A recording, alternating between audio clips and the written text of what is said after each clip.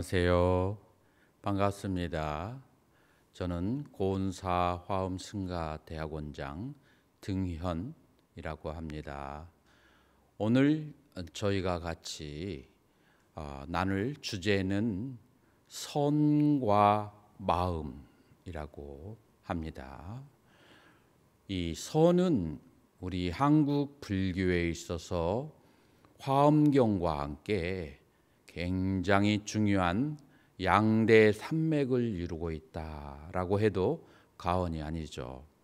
그러면 이 선이 지금까지는 우리에게 신비스럽고, 그리고 과연 내가 어떤 식으로 공부를 해 나가야 되는지에 대해서 잘 가름하기가 어려웠었는데, 이번 시간에 선이라고 하는 것이 구체적으로 무엇인지, 그리고 선이 초기 불교와 어떻게 맞닿아 있는지, 그리고 선이 어떻게 현대적으로 바뀌어야 되는지에 대해서 간략하게 다뤄보고자 합니다. 선이라고 하는 것이 가장 펼쳐지고 중국 사회에서 많이 알려지게 된 시기가 마조의 시기라고 합니다. 마조대사.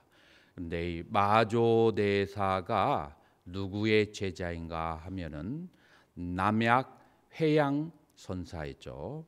그래서 회양선사가 거주하는 그곳 전법원에서 수행을 하고 계실 때입니다. 이때 마조대사는 주로 좌선을 위주로 했는데, 회양선사께서는 마조 스님이 오랜 세월을 좌선만 하시는 것을 보고 그 방 앞에 가서 기왓장을 가져다가 갈기 시작합니다. 기왓장을 조용히 좌선을 하고 있는데 마조 스님은 며칠째 계속 기왓장을 갈아대니까 호기심 반, 글쎄 제 생각으로는 짜증도 약간 섞여 있겠죠.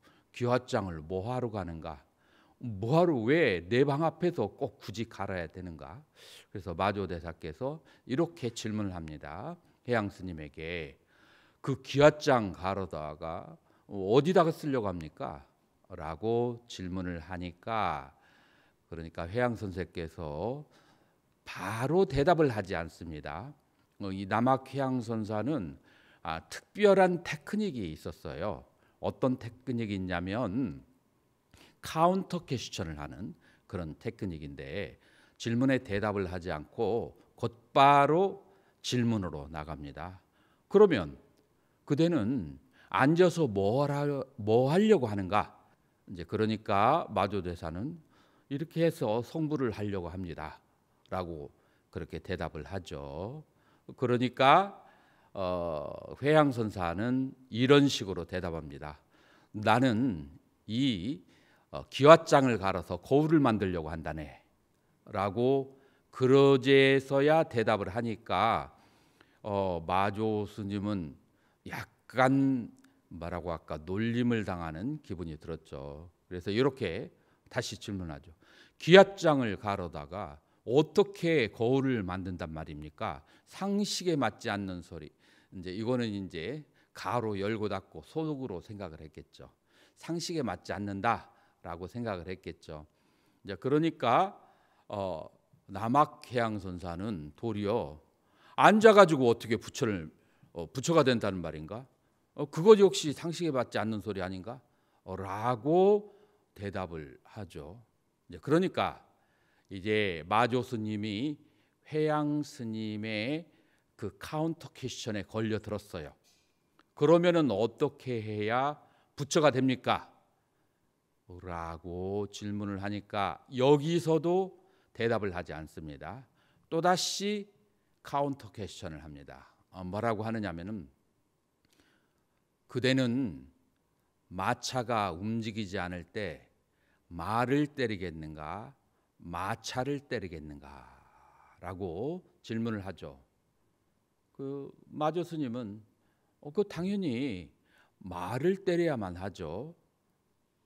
그렇게 대답을 하면서 순간적으로 마조 스님은 깨달음이 왔어요.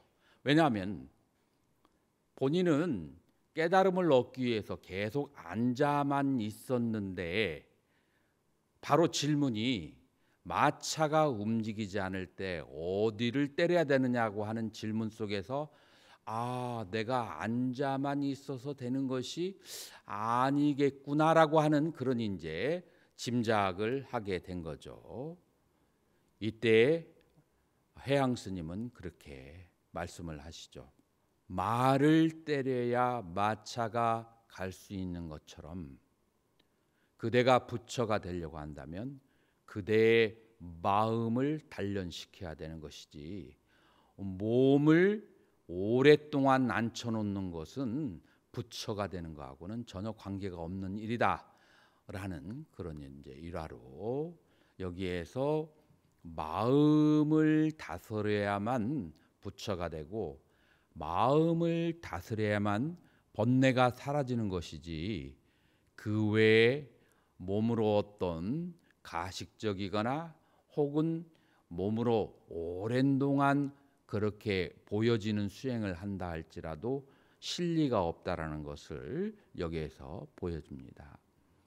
자, 그러면 중국 선의 원조가 되고 초조가 되는 분이 바로 달마대사죠. 달마대사가 바로 선을 중국에 들여온 이제 첫 분이라고 그렇게 알려져 있는데요.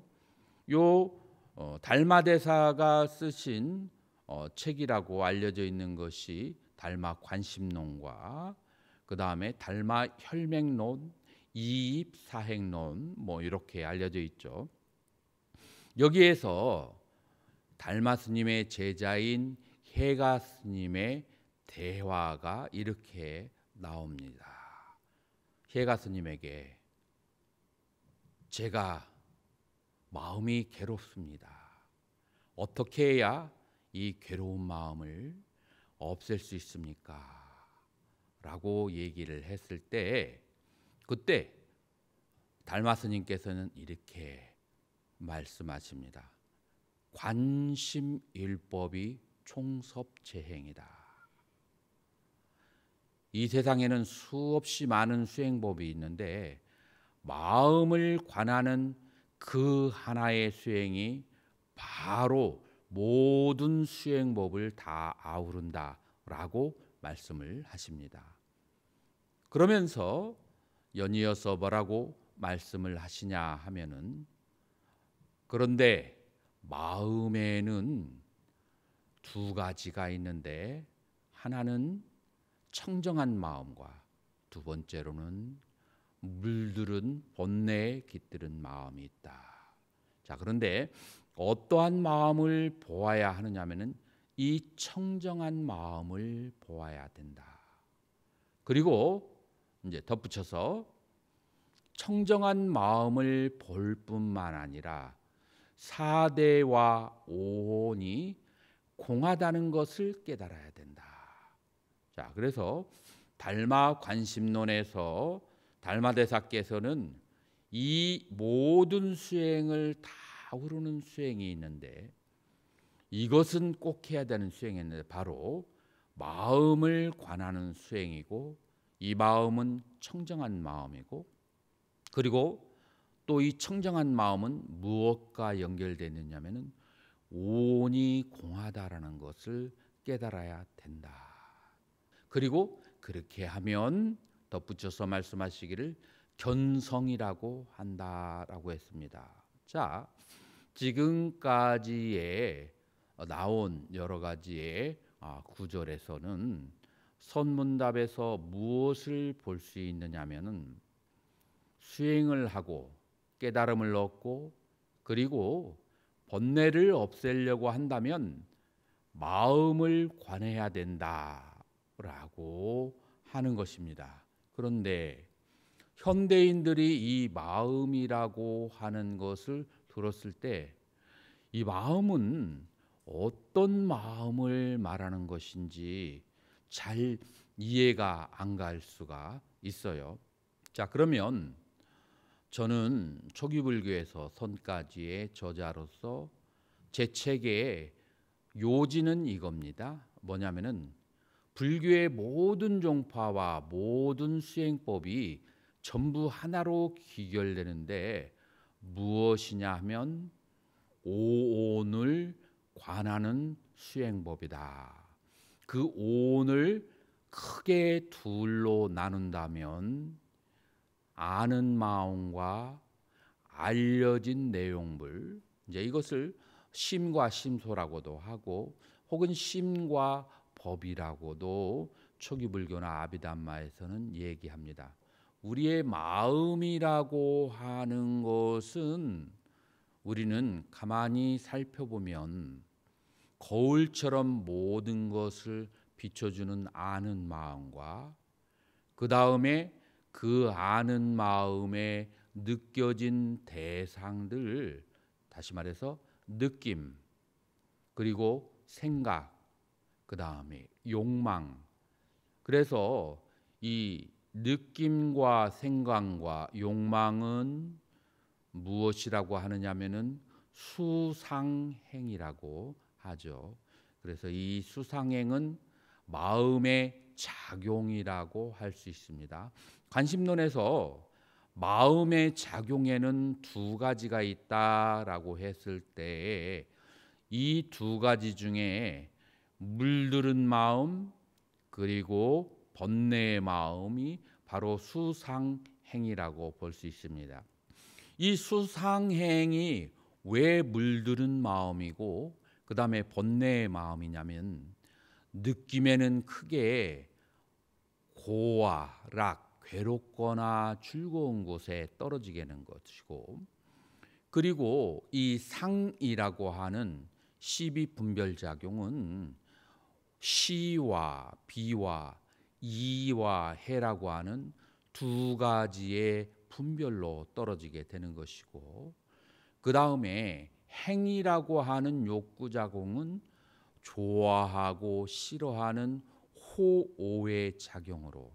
자, 그래서 마음의 작용인 수상행이라고 하는 것은 고락과 시비와 호오의 작용으로 떨어지기 때문에 양변이라고 하고, 이거는 결국은 번뇌에 물들은 마음, 이것은 결국은 청정하지 못한 마음이 되는 것입니다. 그래서 관심론에 나오는 물들은 마음과 청정한 마음이라고 했을 때 요 물들은 마음은 바로 수상행이 되는 것이죠. 자, 그러면 마음의 작용에는 크게 두 가지가 있다라고 했고, 또 하나의 작용은 청정한 마음이라고 그렇게 말합니다. 이 청정한 마음을 이제 관심론의 뒷부분이나 혈맹론에서 이렇게 정의합니다. 이륙시 가운데서 그대는 보기도 하고 듣기도 하고 움직이기도 하고 그리고 말하기도 하는데, 이때 누가 듣고 보고 말하고 움직이는가? 덧붙여서 뭐라고 말씀하시냐면, 만약에 귀와 눈과 코와 몸이 움직이는 것이라고 하면 시체도 보아야 하고 시체도 들을 수 있어야 되거늘, 그렇지 못하는 것은 귀와 눈과 코와 몸이 움직이지 않는다는 것을 말한다. 그러면 이 이륙시 가운데 보고 듣고 작용하는 마음은 무엇인가? 그것은 바로 청정한 마음이다 라고 그렇게 말씀하십니다. 그래서 적어도 달마대사가 말씀하시는 마음은 이 아는 마음, 이 청정한 마음을 바로 이거를 진여심이라고 하는 거죠. 우리는 흔히 진여심 하면은 생멸을 떠난 열반의 상태라고 생각하기 쉬운데, 지금 달마대사가 말하는 진여심은 이거를 이제 산스크리트 원어는 파라마타 상카타, 그렇게 조건 지어진 진제라고 하는데, 이거는 청정한 마음, 심을 말하는 것이지 열반의 상태를 말하는 것이 아니죠. 그래서 이제 정리해 보자면은 마음에는 두 가지 작용이 있는데, 하나는 청정한 마음, 이거를 뭐라고 하셨느냐면은 이륙시 중에 보고 듣고 말하고 행위하는 것을 아는 마음이라고 혈맹론에서는 말씀하셨고요. 그 다음에 물들은 마음이라고 했는데, 이 물들은 마음은 바로 수상행의 고락과 시비와 호의 작용의 마음을 말하는 것입니다. 자, 그래서 지금 달마대사가 말하는 마음은 이 수상행식을 말하는 거죠. 이 식이라는 것이 바로 거울처럼 알고 알만 있는 상태를 여기서는 식이라고 보는 것이고, 이것이 아비담마에서는 심과 심소로 나누어서 알기만 하는 마음을 심이로 하고, 그 다음에 수상행의 작용을 심소라고 하고, 이것이 또한 유식으로 넘어와서는 알기만 하는 마음을 견분이라고 하고, 수상행의 작용을 상분이라고 하지만, 결국은 달마대사가 말하는 청정한 마음, 그 다음에 물들은 마음이라고 하는 것은 전부 다 불교의 발달사에서 쓰여진 언어들을 조금 다르게 표현한 것이다 라고 말할 수가 있습니다. 제가 이렇게 길게 이 마음이 무엇인가를 여러 경전과 논설을 끌어다가 얘기하는 것은, 현대인들은 마음이라고 하면 마음의 작용이 여러 가지가 있기 때문에 과연 무슨 마음인지를 잘 모르고, 무슨 마음인지를 잘 모르기 때문에 화두선이나 조사선을 아무리 오래 한다 할지라도 그 주어를 정확히 모르기 때문에 수십 년이 지나도 제대로 된 결과물이 나올 수가 없다라고 하는 겁니다. 자, 그래서 이 아는 마음과 작용하는 마음, 이 심과 심소, 이 두 가지의 마음이 있고, 요 아는 마음을 보는 것이 바로 견성이다라고 그렇게 말씀하시는 거죠. 이것이 바로 달마대사가 말씀하시는 견성에 대한 정의입니다. 자, 그렇다면 이 아는 마음을, 그것을 어떻게 해서 우리는 경험하고 체험할 것인가 라고 하는 그러한 부분으로 우리는 이제 또 넘어가서 생각을 해봐야만 하겠습니다.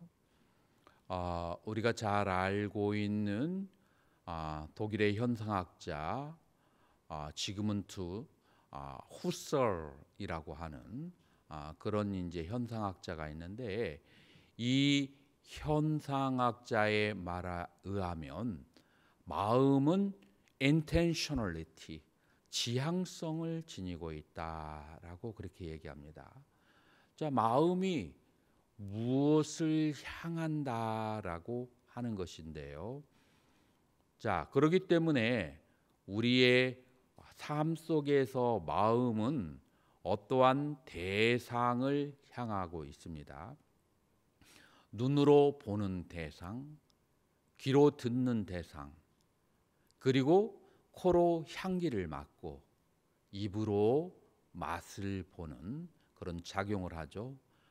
눈으로 대상을 봤을 때는 아름답다, 추하다라는 그 시비 분별을 하고, 귀로 소리를 들을 때는 감미로운 소리와 그 다음에 싫은 소리로 나눠지게 되고, 코로 향기를 맡을 때는 이것은 좋은 향기, 이것은 나쁜 향기, 몸으로 감촉을 느낄 때도, 그 다음에 입으로 음식을 먹을 때도 역시 맛이 있는 것, 맛이 없는 것이다 라고 그렇게 우리는 분별을 합니다. 자, 그래서 이렇게 5가지 감각 기관을 통해서 경험한 것들은 전부 다 지향성이 있는 것이다. 다시 말해서 무엇에 대한 마음이다라고 할 수가 있습니다. 자, 그런데 이 아름답고 추한 것이 내 마음일까요? 듣기 좋은 소리와 듣기 나쁜 소리가 내 마음인가요? 좋고 나쁜 향기가 내 마음인가요? 혹은 내 입맛에 맛있고 맛없는 것이 내 마음일까요? 그러진 않죠.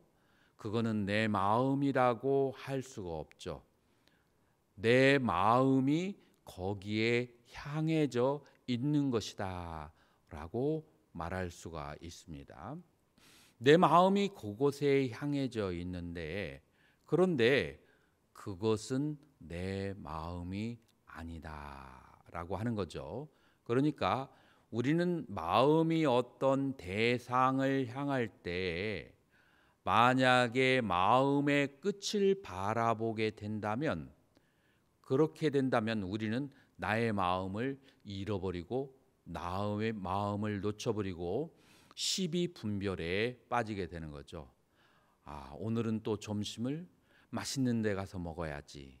이렇게 마음이 향하는 그 끝을, 화살 끝을 보게 되면 늘 좋아하고 싫어하고, 그 다음에 옳고 그르고 괴롭고 즐거움이라고 하는 이 물들은 쪽으로 향하게 되는 거죠. 그런데 마음은 지향성을 가지고 있기 때문에 그 대상을 보면서 대상을 보는 마음을 되돌이켜서 회광반조해서 그렇게 보게 된다면 이것이 바로 달마대사가 말하는 청정심이라고 할 수가 있습니다. 자, 그러면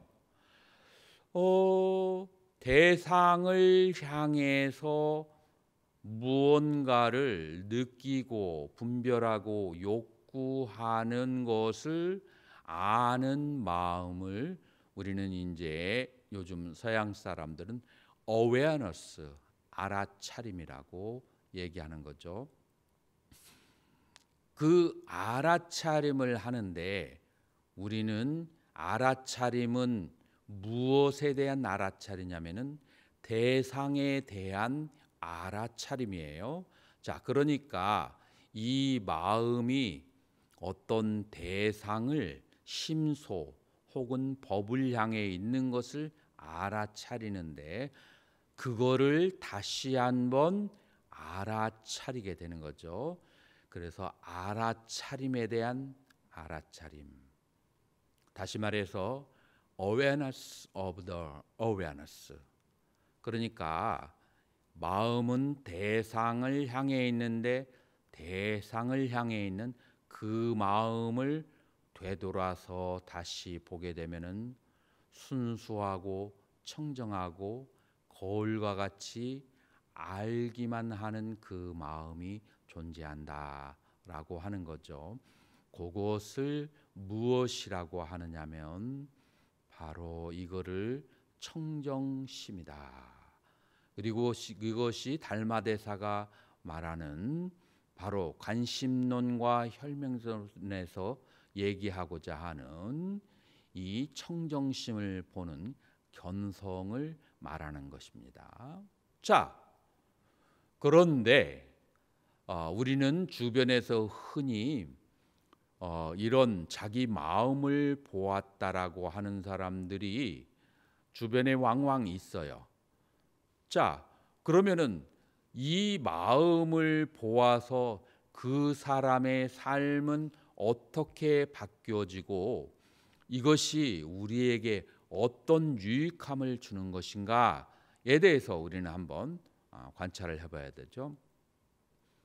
우리의 마음이 그 청정하게 알기만 하는 그 마음을 보게 되었을 때, 그때 현대 과학자들은 이런 식으로 말합니다.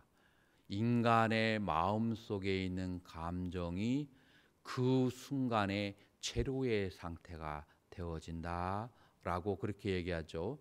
여러분들이 이제 여기저기 유튜브나 아니면은 여러 이제 서적들을 이렇게 보시게 되면은 이 Awareness of Awareness라는 그런 책에서도 이제 상당히 과학적으로 설명을 하는데, 우리가 우리의 본성의 청정한 마음을 보았을 때 대뇌 심리학자들은 뭐라고 하냐면은 인간의 마음 속에 있는 감정, 사랑하고 미워하는, 좋아하고 싫어하는 감정이 순간적으로 정지하게 되고 감정의 정화가 이루어진다고 그래요. 다시 말해서 우리는 이 순수하고 청정한 마음을 보게 되면은 어떠한 현상이 발생하느냐면은 오랜 세월 동안 묵었던 집착과 오랜 세월 동안 묵었던 여러 가지의 감정적 회한과 자기에 대한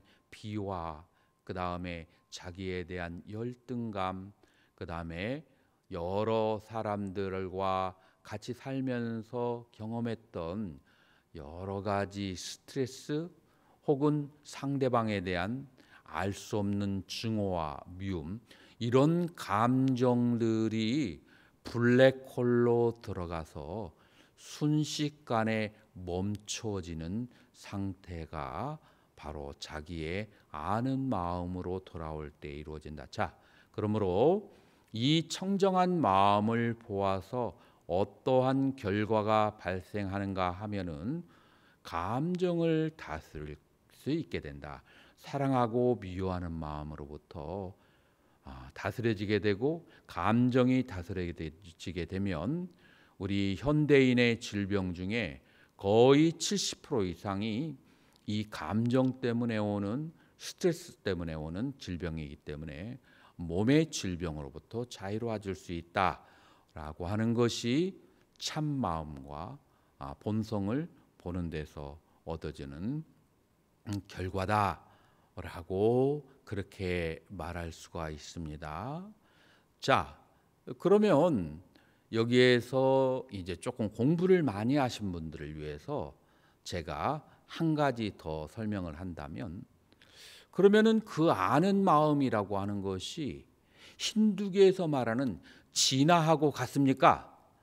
라고 물어본다면 달마대사는 뭐라고 관심론에서 대답하시냐면은 4대와 5원의 자성이 공하다는 것을 알며 청정심과 그 다음에 염오심이 마음의 작용임을 알면서 청정심을 보았을 때 단서가 붙습니다. 무엇이냐면은 오온의 자성이 공하다는 것을 알아야 되는 것이 견성의 첫 번째 조건이라고 달마대사가 관신론에서 그렇게 말씀을 하셨어요. 자, 그래서 이 아는 마음이 이 청정하게 사물을 비춘다는 면에 있어서는 그것은 진여이지만, 참된 것이지만, 아는 마음 자체는 그것은 여러 가지의 심소, 수상행과 함께 동시생, 동시멸하는 것이다. 그래서 생멸하는 마음이지만, 그러나 무엇이 영원한가 하면은 아는 그 성품의 성질이라고 하는 측면에서는 영원하다라고 하는 거죠. 그래서 이 미세한 부분을 만약에 놓치시게 되면 우리는 잘못하면 불교를 전법하면서 다른 종교를 찬양하는 셈이 되어버리게 되는 거죠.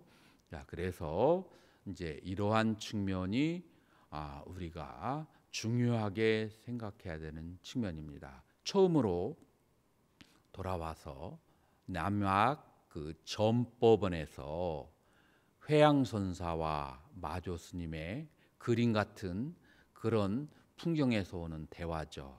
그 대화가 무엇이었죠? 가만히 앉아서 좌선만 하는 그 수행자가 그 스승에게 듣기를 뭐라고 들었느냐면은, 마차가 달리지 않을 때 말을 때려야 되는가 마차를 때려야 되는가 라는 질문 속에서 이 회영선사는 마차라고 하는 것은 우리의 몸이고 우리의 느낌, 우리의 분별, 우리의 욕망, 그것도 역시 마차가 되는 것이고, 그것의 주인이 되는 것이 바로 이 청정한 마음이다. 이 청정한 마음을 보아야 바로 부처라고 말할 수가 있고, 그리고 불성을 깨달은 것이다라고 말할 수가 있는 것입니다. 그러므로 우리는 청정한 마음이라고 하는 것에 대해서 늘 주의를 기울여야 되는데, 우리가 어디 특별한 장소에서 할 필요가 있는 것이 아니고, 우리 성가에서 이런 말이 있어요. 내 몸이 법당이다. 이 몸과 그 다음에 5가지 감각 기관에서 분별하고 느끼고 욕망하는 여러 가지 작용들, 그러한 작용들은 내 마음의 대상이고, 그런 작용들과 함께 늘 같이하고 함께하는 이 마음을 회광반조해서 보는 것, 그것이 바로 선이고 그것이 바로 수행이다라고 할 수가 있습니다. 그러므로 수행이라고 하는 것은 지금 여기를 떠나서는 존재하지 않는 것이다 라고 말할 수가 있는 것이죠. 여기에서 조금 더 팁을 여러분들에게 드린다라고 하면은, 화엄경의 사구계에서는 뭐라고 말씀하시냐면은, 약인요교지 삼세일체불, 만약에 너희가 삼세의 부처님에 대해서 알고자 하느냐, 그 삼세의 부처와 같은 똑같은 깨달음의 경지를 얻고자 하느냐, 그렇다면은 응관 법계성 일체유심조, 네가 경험하는 이 모든 세계가 바로 마음으로 이루어졌음을 알아야 하느니라. 자, 여기에서 이 세계가 마음으로 이루어졌다라고 우리 한문에서는 그렇게 얘기가 되어지는데, 저는 이제 빨리나 산스크리트로 경전을 번역하는 사람이니까 십지경에 다사부미카 수트라, 십지경에 제6장이 뭐라고 말씀되어 있느냐면은, 이 일체유심조가 이 세계는 마음의 의지에서 발생한다. 그러니까 마음에 의해서 만들어진다 하고 마음의 의지에서 발생한다 하고 약간의 뉘앙스가 다른데, 마음의 의지에서 발생한다는 것은 뭘 말하냐면은, 달마대사가 말씀하시는 청정한 마음과 그 다음에 물들은 마음이 동시에 발생하고 동시에 소멸하는데, 언제 6가지 감각기관이 작용할 때, 그때 물들은 마음은 이 마음이 향하는 대상이고, 청정한 마음이 이 물들은 마음이 의지하는 베이스 기반이 되는 것이죠. 이 청정한 마음의 기반에서 온 세계가 작용을 한다라고 하는 것이죠. 그렇게 이해한다면 일체유심조라는 것이 이 청정한 마음의 기반을 두고 온 세계의 인식과 분별이 이루어진다라고 하는 그런 말이 될 것이고, 그것이 바로 오늘 우리가 공부하는 주제인 마차가 움직이지 않을 때 어디를 때려야 되는가라고 하는 주제와도 상응한다고 생각합니다. 성과 마음이라는 주제로 여러분들에게 전달을 해드렸는데요. 제가 아무래도 대학원에서 강의를 하다 보니까 조금 딱딱해지는 것은 어쩔 수 없지만, 그러나 그 딱딱한 것에 영양가가 많다는 것을, 그것을 생각하시면서 양해해 주셨으면 감사하겠습니다. 성불하십시오.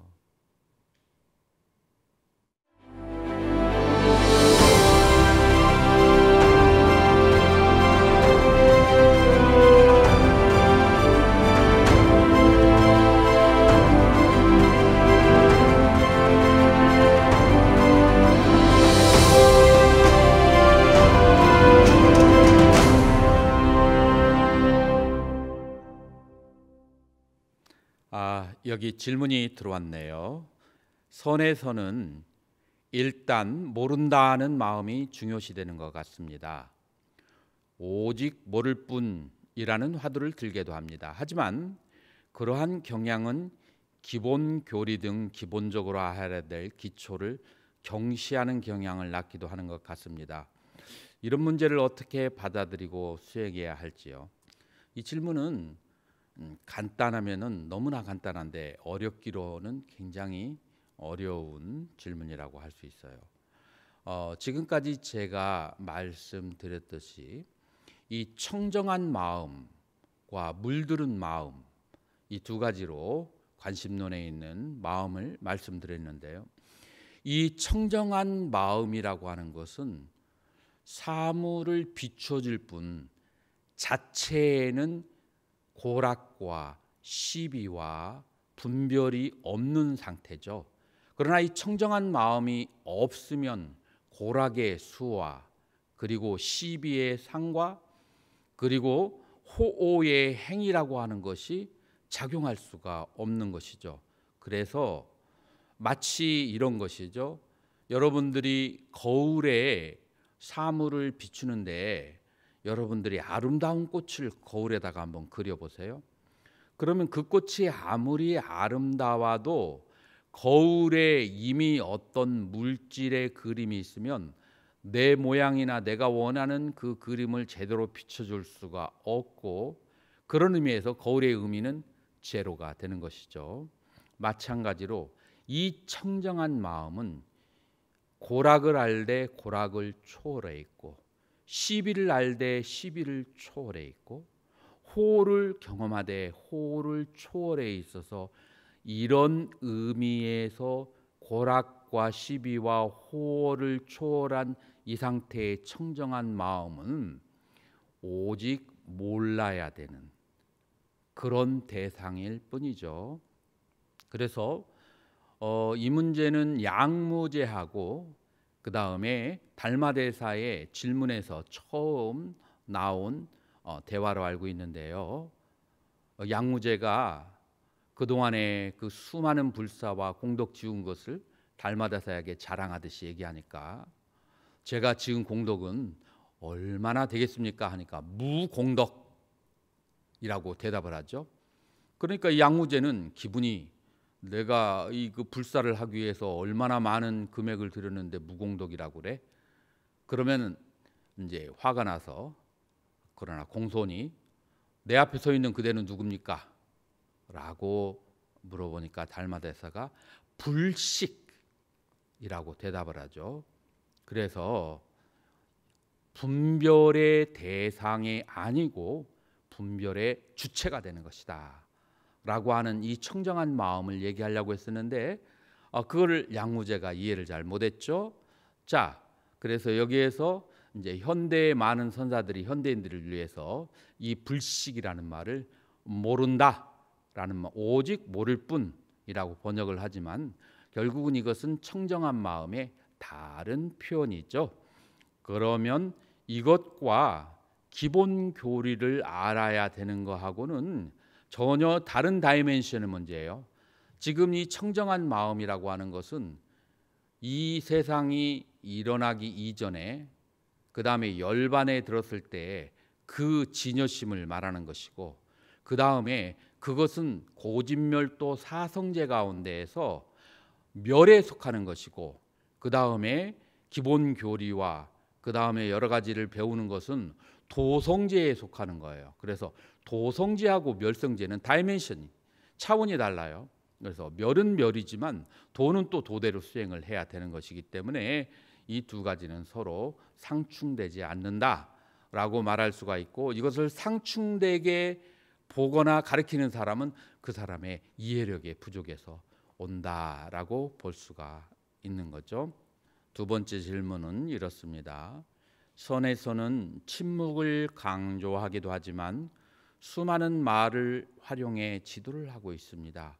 선수행에 있어서 말의 역할을 어떻게 이해하면 좋을지요? 자, 침묵해야 되는 것은 바로 청정한 마음에 대해서고, 그 다음에 말을 하는 것은 마치 달을 가리키는 손가락에 불과한 거죠.